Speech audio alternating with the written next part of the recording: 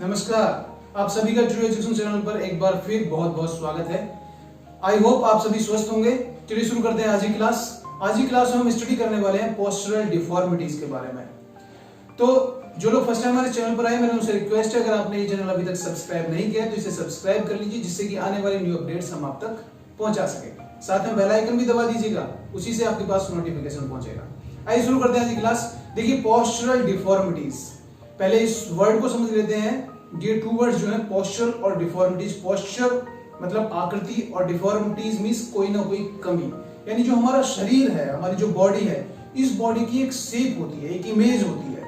उसमें अगर कोई किसी प्रकार की विकृति आ जाती है, सपोज दैट अगर कोई व्यक्ति ऐसे टेढ़ा हो गया है किसी वजह से, या फिर उसके कंधे के पीछे का जो हिस्सा ऐसे ऐसे हो गया, या फिर उसका पेट आगे की तरफ निकल गया, या उसकी टांगें झुकी हुई हैं, या उसके घुटने टकराते हैं, उसके फ्लैट फीट है, इस टाइप की बहुत सारी पोस्चरल डिफॉर्मिटीज हैं जो कि एक इंसान में हो सकती हैं। अगर इनका इनिशियल स्टेज में ही इनको अगर हम ध्यान देंगे इन पर, तो इनको हम ठीक कर सकते हैं। अगर पेरेंट्स और टीचर्स इन पर ध्यान देंगे तो उसको हम क्योर कर सकते हैं। तो पोस्चरल डिफॉर्मिटीज कई प्रकार की हैं, जैसा कि मैंने अभी आपको बताया है। तो सबसे पहले हम लेते हैं यहाँ पर स्पाइनल कर्वेचर। स्पाइनल कर्वेचर को आप समझ लीजिए। देखिए हमारी जो स्पाइन है, स्पाइन मतलब हमारी जो रीढ़ की हड्डी है, स्पाइन बैकबोन, ये जो स्पाइन है इसमें 3 कर्व होते हैं, ठीक है। यानी अगर ऊपर से देखा जाए तो ऐसे घूम के आएगी और नीचे से इस तरीके से होगी। यानी हमारी ये जो स्पाइन है, इसके कर्व में कोई प्रॉब्लम आ जाती है, यानी ऊपर वाले कर्व में कोई प्रॉब्लम आ जाती है, या फिर नीचे पेट के हिस्से के पास वाला जो कर्व है इसमें प्रॉब्लम आ जाती है, या फिर ये साइड में इधर उधर हो जाता है। तो अगर ये कर्व में कोई प्रॉब्लम आ जाती है, यानी हमारी स्पाइन में, रीढ़ की हड्डी में कोई प्रॉब्लम आ जाती है, तो उसको हम स्पाइनल कर्वेचर में यहाँ पर हम काउंट करेंगे। एक एक करके इनको समझते हैं। सबसे पहला है आपका काइपोसिस।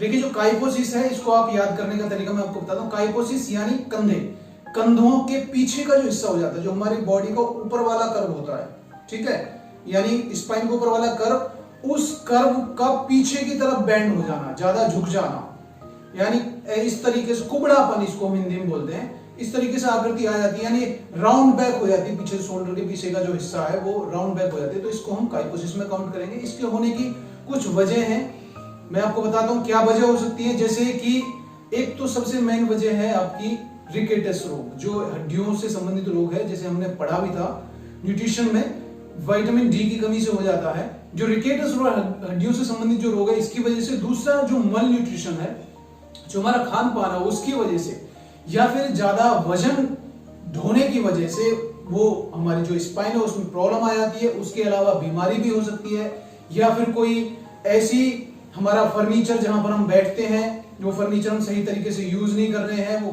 पुअर फर्नीचर है, हमारा बैठने का तरीका गलत है, और भी बहुत सारे कारण हैं। इसलिए जो ये काइपोसिस है, इसको हम अलग अलग तरीके से हम इसको स्टडी करते हैं। कई प्रकार की ऑस्टियोपोरोसिस काइपोसिस होती है, या फिर और तरीके की काइपोसिस है। इस तरीके से हम इसको अलग अलग तरीके से हम यहाँ पर काउंट करते हैं जब इसकी स्टडी की जाती है। तो मेनली आप इसको समझिए, जो काइपोसिस है, हमारे कंधे के जो पीछे का हिस्सा है, ये पीछे की तरफ झुक जाता है, हमारे जो स्पाइन का कर्व है। इस तरीके से इसको याद रखना है आपको। अब बात करते हैं कि इस काइपोसिस को किस तरीके से हम ठीक कर सकते हैं। इसके लिए कौन कौन सी ऐसी एक्सरसाइज या फिर आसन वगैरह हमें करनी चाहिए, या फिर हमें रेमेडीज अपनानी चाहिए, जिससे कि हम इसको क्योर कर सकें। देखिए जो काइपोसिस है, इसके होने की वजह का अगर हमें पता चलता है तो हम उसी के अकॉर्डिंग इसका ट्रीटमेंट करते हैं। अगर ये हमारा वजन ढोने की वजह से हुआ है काइपोसिस, तो हमें वो वजन नहीं ढोना है, उसको हमें अवॉइड करना है वजन को। इसी प्रकार से और भी अगर प्रॉब्लम है, मल न्यूट्रिशन की वजह से हुआ है, रिकेटस विटामिन डी की कमी से हुआ है, तो हमें उन चीजों पर ध्यान देना। इसके अलावा जो मेन चीज है, यानी हमें डेली एक्सरसाइज पर फोकस करना है इसको क्योर करने के लिए। अगर हम रनिंग करते हैं, बाकी एक्सरसाइजेस करते हैं, जो डेली एक्सरसाइज करते हैं, तो हमारी बॉडी फिट रहती है।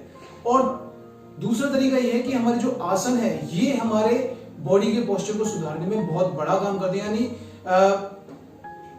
पोस्चरल डिफॉर्मिटीज को क्योर करने वाले जितने भी आसन हो, उनको आप परफॉर्म करें। स्पेशली अगर काइपोसिस की बात करें, तो ऊपर वाला जो कर्व है उसमें अगर प्रॉब्लम आती है, तो इसके लिए आपको करना है एक तो भुजंगासन, और दूसरा आता है आपका धनुरासन। अगर ये 2 आसन आप परफॉर्म करते हैं तो इससे आपको बहुत बेनिफिट मिलेगा। इसके अलावा अगर आप जैसे एक चेयर पर बैठते हैं, तो चेयर पर बैठते वक्त आपको अपने हिप्स को, यानी जो बटक्स है, आपको पीछे की तरफ ले जाना, कमर को एकदम सीधा रखना और अपने हाथों को पीछे लेके जाना है, और कंधों का जो खिंचाव वो पीछे की तरफ होना चाहिए। इस प्रकार से अगर हम एक्सरसाइज परफॉर्म करते हैं, या फिर एक बार किसी चीज पर अगर हम लटकते हैं, इस तरीके से हम अपनी एक्सरसाइज करके इसको क्योर कर सकते हैं।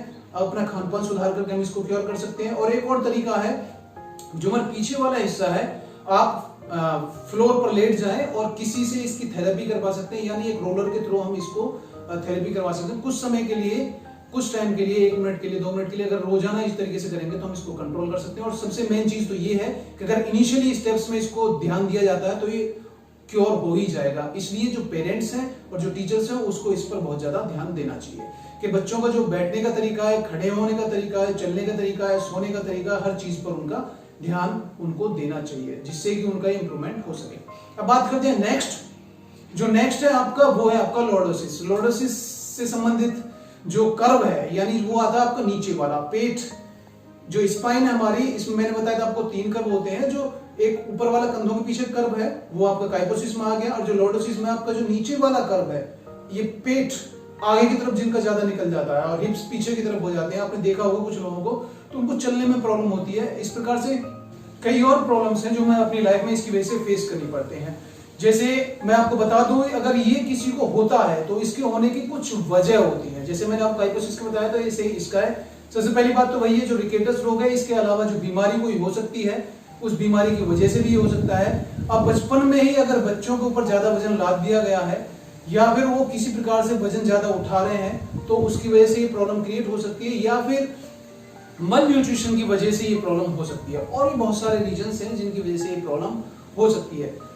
जैसे कुछ व्यक्ति हैं ज्यादा खाते हैं, तो खाने की वजह से उनका जो पेट आगे की तरफ हो जाता है, तो ये नीचे वाला कर्व में प्रॉब्लम आ जाती है। इसके अलावा जो लेडीज हैं, उनकी अगर रेगुलर कंटिन्यूसली कई प्रेगनेंसी हो जाती है, तो उसकी वजह से उनको प्रॉब्लम फेस करनी पड़ सकती है। तो इस तरीके से ये प्रॉब्लम, जो लॉर्डोसिस की प्रॉब्लम हो सकती है, इसको क्योर करने का तरीका मैं आपको बता देता हूँ। अगर इनिशियली स्टेप्स में ये इन चीजों पर ध्यान दिया जाता है तो इसको हम क्योर कर सकते हैं। जैसे कि अगर स्टार्टिंग में ही इस चीज पर ध्यान देते हैं, उनका सिटिंग पोस्चर को सुधारने की कोशिश करते हैं। इसके अलावा जो खान पान है उसको कंट्रोल, यानी ओबेसिटी को कंट्रोल किया जाता है, कम से कम खाने की बात पर ध्यान दिया जाता है। इसके अलावा जो आसन है, जैसे मैंने आपको बताया, आसन भी इसमें बहुत हेल्प करते हैं। जैसे आपका हो गया, इसको सुधारने के लिए एक तो आता है आपका सलव आसन। सलव आसन आपका बहुत अच्छा है। एक आता है आपका हलासन, और हलासन के अलावा अगर आप पवन मुक्त आसन करते हैं, वो भी बहुत अच्छा है। इसको आप कुछ सेकंड तक करें, फिर आप मिनट में कन्वर्ट कर सकते हैं। धीरे धीरे इससे आप इसको सुधार सकते हैं। और जो वेट है, वेट अवॉइड करें, वेट लेकर के नहीं चलना है, उसको अवॉइड करना है। तो इस तरीके से हम इसको क्योर कर सकते हैं।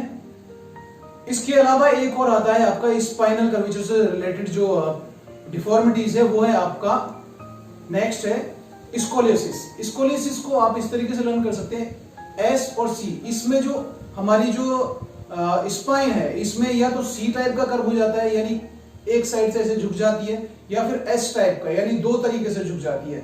जो इसके जो कर्व है वो तो है ही, बल्कि साइड में उसका बेंड हो जाना। और इसके होने की मुख्य वजह होती है, अगर कोई व्यक्ति साइड में इस तरीके से गलत तरीके से झुक करके चल रहा है, या कोई वेट लेकर के कंटिन्यूस ज्यादा डिस्टेंस रोजाना ही कवर कर रहा है स्टार्टिंग में, यानी बचपन में, इस तरीके से डिफॉर्मिटीज उसमें आ सकती है। इसके अलावा आपका जो रिकेटस है, या फिर कोई बीमारी है, और एक आपका एक्सीडेंट की वजह से भी हो सकता है, या फिर बचपन में इन्फेंसी एज में ही अगर उसको पैरालिसिस हो गया है, या फिर जॉइंट्स में कोई प्रॉब्लम हो गई है, उसकी जो बॉडी के जॉइंट्स में कमजोरी है। और इन तीनों प्रकार की जो एक काइपोसिस है, और जो लॉर्डोसिस है, और जो स्कोलियोसिस है, इन तीनों प्रकार की जो ये स्पाइनल कर्वेचर डिफॉर्मिटीज हैं, इनमें सबसे अहम होता है आपकी वीकनेस। बॉडी कमजोर है, तो उसकी वजह से, यानी हमारी जो मांसपेशियां हैं वो कमजोर, हमारी बोन्स हैं वो कमजोर है, उसकी वजह से ये होता है। नॉर्मली सबको नहीं होता है। तो इस तरीके से हम इनको समझ सकते हैं। आप इसके क्योर करने की बात करते हैं, तो अगर इसको क्योर करने की बात की जाए तो आपको करना क्या है कि जैसे साइड में अगर कोई वजन लेकर के चलने, तो उसको अवॉइड करना है, उसको नहीं उठाना है, उसको छोड़ देना है, इस पर ध्यान देना है। इसके अलावा अगर हमारे बैठने में कोई प्रॉब्लम है, अगर हमारा सिटिंग पोस्चर या फिर स्टैंडिंग पोस्चर में कोई प्रॉब्लम है, तो उस पर हमें ध्यान देना है। तीनों प्रकार की डिफॉर्मिटीज में हम ये करेंगे। और साथ में जो मैंने आपको बताया, बार, यानी एक हॉरिजॉन्टल बार पर अगर लटकते हैं, लटक करके कुछ समय रोजाना उस पर एक्सरसाइज करें, यानी साइड में हिलाएं बॉडी को, आगे पीछे पैरों को चलाएं, तो उससे हमारी स्पाइन एकदम सीधी होती है। इसके अलावा हम वृक्षासन भी कर सकते हैं इसको सीधा करने के लिए। जिससे कि इसमें एक स्पाइन में सीधा खिंचाव आए और वक्रासन भी यहाँ पर हम परफॉर्म कर सकते हैं।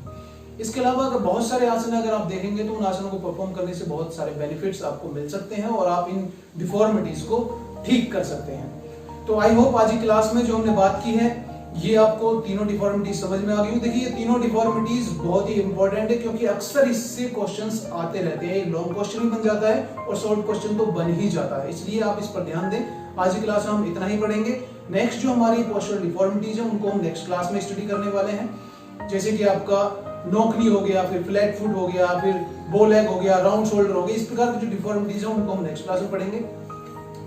तो जो लोग फर्स्ट टाइम हमारे चैनल पर आए हैं, मेरा उनसे फिर से रिक्वेस्ट है कि आप हमारे चैनल सब्सक्राइब कर लीजिए और साथ में बेल आइकन प्रेस कर दीजिए, जिससे कि आने वाले न्यू अपडेट्स हम आप तक पहुंचा सके। चलिए फिर मिलते हैं ऐसी एक नेक्स्ट एजुकेशनल क्लास में।